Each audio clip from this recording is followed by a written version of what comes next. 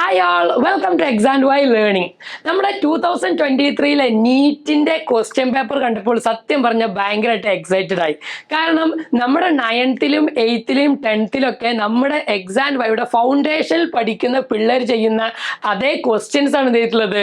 നമ്മുടെ നീറ്റിലും ഒരുപാട് questions same ആയിട്ട് വന്നിട്ടുള്ളത്. ചില ചോദ്യങ്ങളൊക്കെ അതുപോലെ വന്നിട്ടുണ്ട്, ചില ചോദ്യങ്ങളൊക്കെ നമ്മുടെ ടെക്സ്റ്റ് ബുക്കിലും നമ്മുടെ വീഡിയോസിലൊക്കെ എക്സ്പ്ലെയിൻ ചെയ്ത കാര്യങ്ങൾ ഒന്ന് കൂട്ടിച്ചേർത്താൽ ആൻസർ ലഭിക്കുന്ന രൂപത്തിലാണെന്നുള്ളത് ഈ പറഞ്ഞ നീറ്റിലെ പല ചോദ്യങ്ങളും ഉള്ളത്. അപ്പൊ അതിൽ വന്ന ഏറ്റവും ചില ചോദ്യങ്ങൾ മാത്രം നമ്മളൊന്ന് സെലക്ട് ചെയ്ത് കണ്ട് ഈ ഒരു വീഡിയോയിലൂടെ നിങ്ങൾക്ക് മുമ്പിൽ എന്ത് ചെയ്യാൻ പോവാണ്, ഡിസ്കസ് ചെയ്യാൻ വേണ്ടി പോവാണ്. നോക്കാം, നമുക്ക് നീറ്റിൽ ചോദിച്ച കെമിസ്ട്രിയിൽ ചോദിച്ച ഒരു ചോദ്യമായിരുന്നു, amongst the given options which of the following molecules or ion act as a Lewis acid? ഈ പറഞ്ഞവയിൽ ഏതാണ് ലൂയിസ് ആസിഡ് ആയിട്ട് ആക്ട് ചെയ്യുന്നത് എന്നാണ്. OH- ഉണ്ട്, NH3 ഉണ്ട്, വാട്ടർ ഉണ്ട്, BF3 ഉണ്ട്. അപ്പൊ ഇത് നമ്മുടെ 10th സ്റ്റാൻഡേർഡിലെ ആസിഡ് ബേസ് ആൻഡ് സോൾട്ട് എന്നുള്ള ചാപ്റ്ററിൽ നമ്മുടെ XandYയുടെ ഫൗണ്ടേഷൻ കോഴ്സിലെ പിള്ളേര് വളരെ ഈസി ആയിട്ട് എന്ത് ചെയ്യും, ആൻസർ കിട്ടും. നമ്മുടെ ടെക്സ്റ്റ് ബുക്കിലും നമ്മുടെ ക്ലാസിന്റെ വീഡിയോയിലും ഇതേ എക്സാമ്പിൾ വെച്ചിട്ട് തന്നെ എന്താണ് ലൂയിസ് ആസിഡ് അഥവാ ഇലക്ട്രോൺ ഡെഫിഷ്യന്റ് സ്പീഷീസ് ആണെന്നും അതിന്റെ എക്സാമ്പിളുകൾ BF3, AIISER പോലുള്ളവയൊക്കെയാണെന്നും അതിൽ കൃത്യമായി കൊടുത്തിട്ടുണ്ട്.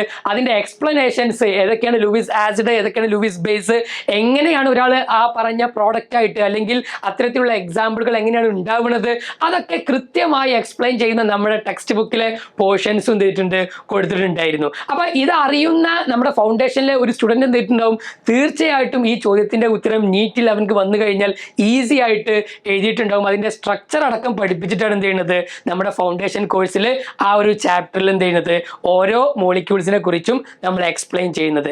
അപ്പോൾ ഈ പറഞ്ഞ സംഗതിയിൽ എന്താണ്, ഈ ഒരു ചോദ്യം നമ്മളെ ഫൗണ്ടേഷനിൽ വന്നതായിരുന്നു. മറ്റൊരു ക്വസ്റ്റ്യൻ ആണ്, the element expected to form largest ion to achieve the nearest noble gas configuration. നമുക്കറിയാം ഐസോ ഇലക്ട്രോണിക് സ്പീഷീസിനെ കുറിച്ചാണത്. ഈ പറഞ്ഞ നോർമൽ സിലബസിൽ അങ്ങനൊരു ടേം പോലും നമ്മുടെ കുട്ടികൾ കേട്ടിട്ടുണ്ടാവില്ല. പക്ഷെ ഫൗണ്ടേഷൻ കോഴ്സിൽ ജോയിൻ ചെയ്ത നമ്മുടെ XandYയിലെ പിള്ളേർക്ക് ഈ ചോദ്യം പുല്ലുവിലയായിട്ട് അവർക്ക് കാണാൻ പറ്റും. ഇതേ ക്വസ്റ്റ്യൻ, സെയിം ക്വസ്റ്റ്യൻ തേറ്റിട്ടുണ്ട് നമ്മുടെ വീഡിയോയിലും നമ്മുടെ ടെക്സ്റ്റ് ബുക്കിലും കൊടുത്തിട്ടുണ്ടായിരുന്നു. സെയിം നമ്പർ ഓഫ് ഇലക്ട്രോൺസ് ഉള്ള സ്പീഷീസിനെ വിളിക്കുന്ന പേരാണല്ലോ ഐസോ ഇലക്ട്രോണിക് സ്പീഷീസ് എന്ന് പറയുന്നത്. അപ്പൊ ഈ പറഞ്ഞവയിൽ നമുക്കറിയാം കൃത്യമായിട്ട് ഏതൊക്കെയുണ്ട്, നൈട്രജൻ, ഓക്സിജൻ, ഫ്ലൂറിൻ, സോഡിയം, ഇവർക്കെല്ലാം അതിന്റെ നിയറസ്റ്റ് നോബിൾ ഗ്യാസ് ആയിട്ടുള്ള ഈ പറഞ്ഞ നിയോൺ വരുന്ന രൂപത്തിൽ അതിന്റെ അയോൺസ് ഫോം ചെയ്യുകയാണെങ്കിൽ അതിലെ ലാർജസ്റ്റ് സൈസ് ആയിട്ടുള്ള അയോൺ ഏതാണ് എന്നാണ്. ഇത് നമ്മുടെ 9th എന്ത് ചെയ്യുന്നുണ്ട്, പീരിയോഡിക് ടേബിൾ എന്നുള്ള ചാപ്റ്ററിൽ നമ്മുടെ ഫൗണ്ടേഷൻ കോഴ്സിൽ ഇതേ സെയിം ക്വസ്റ്റ്യൻ നിങ്ങൾക്ക് കാണാൻ പറ്റും. പ്രോട്ടോണിന്റെ നമ്പർ ഇൻക്രീസ് ചെയ്യുന്തോറും ഈ പറഞ്ഞ അയോണിന്റെ സൈസ് എന്ത് ചെയ്യും, ഡിക്രീസ് ചെയ്യും. അപ്പൊ ഈ പറഞ്ഞ കൂട്ടത്തിൽ N3- ആണ് ഏറ്റവും പിന്നെ സൈസ് കൂടിയത്. O2- അതിനേക്കാളും കുറച്ചും കൂടി ഉണ്ടാകും, കുറച്ചും കൂടി കുറവായിരിക്കും. ഫ്ലൂറിൻ മൈനസ് കുറച്ചും കൂടി കുറവ്. ആ രൂപത്തിൽ Al3+ ആയിരിക്കും എന്ത് ഉണ്ടാവുക, ഏറ്റവും മിനിമം സൈസ് ഉണ്ടാവുക. അപ്പൊ ഈ ഒരു ചോദ്യത്തിന്റെ ഉത്തരം വളരെ ഈസി ആയിട്ട് എന്ത് ചെയ്യാൻ പറ്റും. അത് മാത്രമല്ല, അതിന്റെ കൂട്ടത്തിൽ തന്നെ അതിനേക്കാളും കുറച്ചും കൂടി അതേപോലെയുള്ള ഒരുപാട് ചോദ്യങ്ങൾ എന്ത് ചെയ്യുന്നുണ്ട്. നമ്മൾ തിയറി ജസ്റ്റ് പറയുക മാത്രമല്ല, ആ തിയറിയുടെ പ്രോബ്ലംസ് കൂടി എന്ത് ചെയ്യുന്നുണ്ട്, അതിന്റെ കൂട്ടത്തിൽ തന്നെ എക്സ്പ്ലെയിൻ ചെയ്തു പോകുന്ന രൂപത്തിലാണ് നമ്മുടെ കെമിസ്ട്രിയുടെ ടെക്സ്റ്റ് ബുക്ക് അടക്കം ചെയ്തിട്ടുള്ളത്, മെറ്റീരിയൽസ് അടക്കം നമ്മൾ ഉണ്ടാക്കിയിട്ടുള്ളത്. ഓക്കെ, അപ്പൊ ഇങ്ങനെയുള്ള ക്വസ്റ്റ്യൻസ് വന്നാലും നമുക്ക് കിട്ടും. ഇനി മറ്റൊരു ക്വസ്റ്റ്യൻ നോക്കൂ നിങ്ങൾ, select the correct statement from the following. വലിയൊരു 4 സ്റ്റേറ്റ്മെന്റ് കൊടുത്തിട്ടുണ്ട്. Atom of all elements are composed of 2 fundamental particles. B option കൊടുത്തത് the mass of the electron 9.10939 into 10⁻31 ആണ്. All the isotope of given element show the same chemical properties. Protons and electrons are collectively called nucleons. ഇങ്ങനെ പറഞ്ഞിട്ട് ഒരു 5 statement ഉണ്ട്. ഇതിലെ correct ആയിട്ടുള്ള statement ഏതാണ് എന്നുള്ളതാണ്. അപ്പൊ ഇത് നമുക്കറിയാം നമ്മുടെ അറ്റോമിക് സ്ട്രക്ചറുമായിട്ട് ബന്ധപ്പെട്ടതാണ്. പ്രോട്ടോൺ, ഇലക്ട്രോൺ, ന്യൂട്രോൺ ഒക്കെ ഇത് നമ്മുടെ 9th സ്റ്റാൻഡേർഡിൽ എന്ത് ചെയ്യുന്നുണ്ട്, നമ്മുടെ ഫൗണ്ടേഷനിലെ കുട്ടികൾ വളരെ ഈസി ആയിട്ട് ചെയ്യുന്ന ഒരു കാര്യമാണ്. പക്ഷേ സ്വാഭാവികമായിട്ടും ഈ ചോദ്യം അതേപോലെ ആവൂല ഉണ്ടാവുക. അതിൽ നമുക്കറിയാം ഡിഫറെന്റ് ഏരിയാസിലെ ഓരോ സെന്റൻസ് ആണ് കൊടുത്തിട്ടുള്ളത്. അവിടെ കൃത്യമായി പറയുന്നുണ്ട് മാസ് ഓഫ് ഇലക്ട്രോൺ എത്രയാണ്, 9.11 into 10⁻31 കിലോഗ്രാം ആണെന്ന് കൊടുത്തിട്ടുണ്ട്. അതേപോലെ ഡാൾട്ടന്റെ അറ്റോമിക് മോഡലുമായി ബന്ധപ്പെട്ടുള്ള സ്റ്റേറ്റ്മെന്റുകൾ വളരെ കൃത്യമായി കൊടുത്തിട്ടുണ്ട്. ന്യൂക്ലിയോൺസ് എന്താണ് എന്നുള്ളത് ഒരു സ്റ്റേറ്റ് സിലബസിലെ അല്ലെങ്കിൽ ഒരു നോർമൽ സ്റ്റുഡന്റ് തെറ്റുണ്ടാവില്ല, ഒരിക്കലും ഈ പറഞ്ഞ ന്യൂക്ലിയോൺസ് എന്നുള്ള ടേം പോലും കേട്ടിട്ടുണ്ടാവില്ല. പക്ഷേ നമ്മുടെ XandYയുടെ ഫൗണ്ടേഷനിലെ കുട്ടികൾ കൃത്യമായി കേട്ടിട്ടുണ്ടാകും. പ്രോട്ടോൺ ആൻഡ് ന്യൂട്രോൺ ആണ് നേരത്തെ ക്വസ്റ്റ്യനിൽ കൊടുത്തത്. പ്രോട്ടോൺ ആൻഡ് ഇലക്ട്രോൺ എന്നാണ് കൊടുത്തത്. It is a wrong statement. Proton and ന്യൂട്രോൺസിന് കളക്റ്റീവായിട്ട് വിളിക്കുന്ന പേരാണ് എന്ത്? ന്യൂക്ലിയോൺസ് എന്നുള്ള ടേം ഒക്കെ എന്ത് ചെയ്തിട്ടുണ്ട്? വളരെ കൃത്യമായി നമ്മുടെ ടെക്സ്റ്റ് ബുക്കിൽ കൃത്യമായി കൊടുത്തിട്ടുണ്ട്. അപ്പൊ ആ ചോദ്യത്തിന്റെ ഉത്തരങ്ങളൊക്കെ എന്ത് ചെയ്യാൻ പറ്റും? ഈസി ആയിട്ട് കാണാൻ പറ്റുന്ന രൂപത്തിലാണ് ഉണ്ടായിരുന്നത്. നെക്സ്റ്റ് ഒരു ചോദ്യം നോക്കാം നമുക്ക്. The reaction that does not take place in blast furnace between 900 Kelvin to 1500 Kelvin temperature range during extraction of iron. അയണിന്റെ എക്സ്ട്രാക്ഷനിൽ ബ്ലാസ്റ്റ് ഫർണസിൽ നടക്കുന്ന കെമിക്കൽ റിയാക്ഷൻസ് നമുക്ക് കൃത്യമായി പഠിക്കാനുണ്ട്. അപ്പൊ ഓരോ റേഞ്ചിൽ നമുക്കറിയാം ബ്ലാസ്റ്റ് ഫർണസിന് ഡിഫറെന്റ് ആയിട്ടുള്ള ഏരിയകളുണ്ട്. അവിടെ ഡിഫറെന്റ് ടെമ്പറേച്ചറുകളാണ് ഉള്ളത്.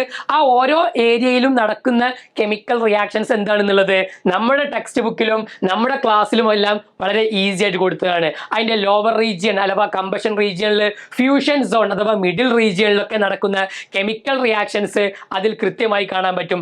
ലോവർ റീജിയനിലാണ് carbon plus oxygen carbon dioxide ഉണ്ടായി മാറുന്നത്.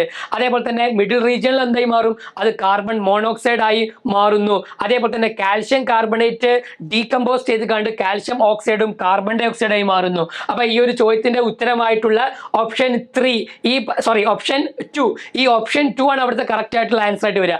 ബാക്കിയുള്ള 3 റിയാക്ഷൻസും ഈ പറഞ്ഞ ടെമ്പറേച്ചർ റേഞ്ചിൽ നടക്കുന്ന കെമിക്കൽ റിയാക്ഷൻസ് ആണ്. അപ്പൊ അത് കൃത്യമായിട്ട് നമ്മുടെ ടെക്സ്റ്റ് ബുക്കിലും നമ്മുടെ ക്ലാസ് ബുക്കിലും ഈ ക്ലാസ് കേൾക്കുന്ന ഫൗണ്ടേഷൻ സ്റ്റുഡൻസിന് ഈസി ആയിട്ട് എന്ത് ചെയ്യാൻ പറ്റും?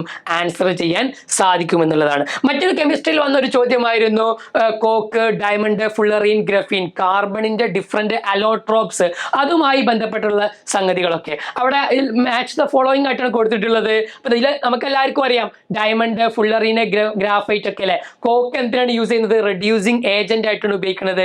ഡയമണ്ടിന് sp ഹൈബ്രിഡൈസേഷൻ ആണ്. ഫുള്ളറിന് എന്തായിട്ടാണ് ഉപയോഗിക്കുന്നത്? കേജ് ലൈക്ക് മോളിക്യൂളാണ്. ഗ്രാഫൈറ്റ് ആണ് ഡ്രൈ ലൂബ്രിക്കന്റ് ആയിട്ട് ഉപയോഗിക്കുന്നത്. ഇതും നമ്മുടെ ക്ലാസ്സിൽ എന്ത് ചെയ്യുന്നുണ്ട്? കൃത്യമായി എക്സ്പ്ലെയിൻ ചെയ്യുന്നുണ്ട്.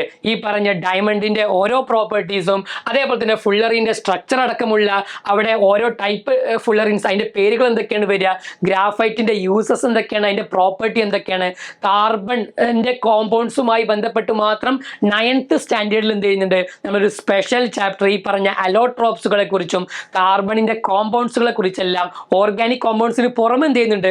ഒരുപാട് ചോദിക്കുന്നുണ്ട്. അപ്പൊ ഇത്തരത്തിലുള്ള ഒരുപാട് ചോദ്യങ്ങൾ ചെയ്യുന്നതിലൂടെ നമ്മുടെ XandYയിലെ സ്റ്റുഡൻസിന്, ഫൗണ്ടേഷൻ കുട്ടികൾക്ക് വളരെ ഈസി ആയിട്ട് തന്നെ നീറ്റ്, JEE പോലുള്ള എക്സാമുകൾക്ക് എന്ത് ചെയ്യാൻ പറ്റും? കോമ്പീറ്റ് ചെയ്യാൻ പറ്റും. മാത്രമല്ല നല്ല മാർക്കോട് കൂടിയിട്ട് തന്നെ പാസ്സാവാനും സാധിക്കും. കാരണം എന്തേ? അവർ കടന്നു പോകുന്നത് 8th, 9th, 10th ഒരു സാധാരണ നോർമൽ സിലബസിലൂടെയല്ല. നമ്മൾ സ്പെഷ്യലി ഉണ്ടാക്കിയിട്ടുള്ള ഇത്തരത്തിലുള്ള ഒരുപാട് എക്സാമുകളിൽ നിന്നും ഒരുപാട് റിസർച്ചുകൾ നടത്തി ഉണ്ടാക്കിയിട്ടുള്ള എഞ്ചിനീയർമാരും ഡോക്ടർമാരും ടീച്ചേഴ്സ് ആയിട്ടുള്ള ഈ ഒരു XandYയുടെ ഫൗണ്ടേഷനിലൂടെ കടന്നു പോകുമ്പോൾ ഇത്തരത്തിലും നമ്മൾക്ക് ഓൾറെഡി എന്ത് ചെയ്തിട്ടുണ്ടാകും? ഇങ്ങനെയുള്ള എക്സാമുകളിൽ എക്സൽ ചെയ്യാനുള്ള രൂപത്തിലേക്ക് നമ്മൾ എത്തിച്ചിട്ടുണ്ടാകും. ഞങ്ങൾക്ക് ഉറപ്പുണ്ട് ഇത്തരത്തിലുള്ള എക്സാമിലൂടെ പോകുമ്പോൾ അവർക്ക് തീർച്ചയായിട്ടും ലഭിക്കേണ്ട എല്ലാ ചോദ്യങ്ങളും എന്ത് ചെയ്യുന്നുണ്ട്? നമ്മുടെ ഫൗണ്ടേഷൻ കോഴ്സിലൂടെ കടന്നു പോകുന്നുണ്ട്. ഞങ്ങൾ കറക്റ്റ് വഴിയിലൂടെ തന്നെയാണ് എന്നുള്ളതിന്റെ ബെസ്റ്റ് എക്സാമ്പിൾ ആണ് നമ്മൾ ഇത്ര നേരം കണ്ട പല ചോദ്യങ്ങളും ഓൾറെഡി ഞങ്ങൾ ചെയ്തിട്ടുള്ളതാണ് എന്നുള്ളത്.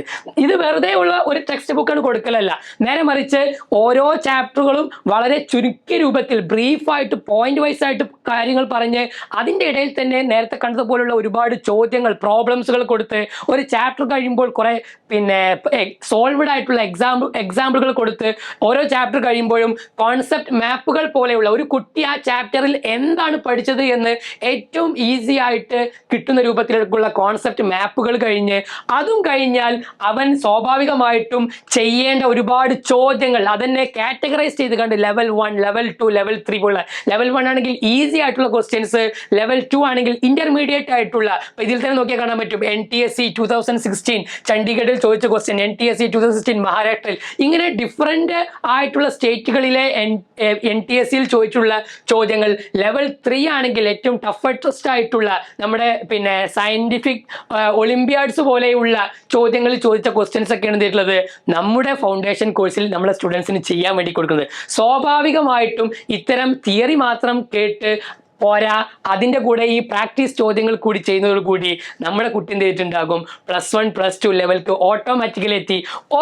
ഒരു ഈ പറഞ്ഞ പിന്നെ റിപ്പീറ്റ് ചെയ്യേണ്ട ആവശ്യമില്ലാതെ തന്നെ +2 കഴിയുമ്പോഴേക്കും നീറ്റ് JEE പോലുള്ള എക്സാമിലേക്ക് അവൻ എന്തിട്ടുണ്ടാവും, ഏബിൾ ആയിട്ടുണ്ടാകും എന്നുള്ളതിന് നമുക്ക് എന്ത് ചെയ്യാം, ഈ പറഞ്ഞ XandYയുടെ ഫൗണ്ടേഷൻ കോഴ്സിൽ കൂടെ നമുക്ക് മനസ്സിലാക്കാൻ സാധിക്കും. അപ്പോൾ ഇത്തരത്തിലുള്ള മിടുക്കരായിട്ടുള്ള ഹൈസ്കൂൾ വിദ്യാർത്ഥിയാണോ നിങ്ങൾ? തീർച്ചയായിട്ടും നിങ്ങൾക്ക് ഞങ്ങളുടെ ഫൗണ്ടേഷൻ കോഴ്സിൽ ജോയിൻ ചെയ്യാം. അതിനുവേണ്ടി താഴെയുള്ള ലിങ്ക് എന്ത് ചെയ്യാം, ഉപയോഗപ്പെടുത്താം, അല്ലെങ്കിൽ കോൺടാക്ട് നമ്പർ ഉപയോഗിച്ച് ഞങ്ങളെ കോൺടാക്ട് ചെയ്യുക. ക്ലാസ്സുകൾക്ക് പുറമെ മിടുക്കരായിട്ടുള്ള എഞ്ചിനീയർമാരും ഡോക്ടർമാരുമായിട്ടുള്ള ഫാക്കൽറ്റീസിന് പുറമെ കൃത്യമായ മെന്റർഷിപ്പോട് കൂടിയിട്ട് നിങ്ങൾക്ക് എന്ത് ചെയ്യാൻ പറ്റും, നമ്മുടെ ഭാവി സ്വപ്നങ്ങളായിട്ടുള്ള ഇത്തരത്തിലുള്ള കോമ്പറ്റീറ്റീവ് എക്സാമുകളെ ക്രാക്ക് ചെയ്യാനുള്ള എല്ലാവിധ സംവിധാനങ്ങളും ആ ഒരു സിസ്റ്റമാറ്റിക് ആയിട്ടുള്ള രൂപത്തിൽ തന്നെ ഈ ഒരു XandYയുടെ foundation കോഴ്സിലുണ്ട്. Thank you all. Bye.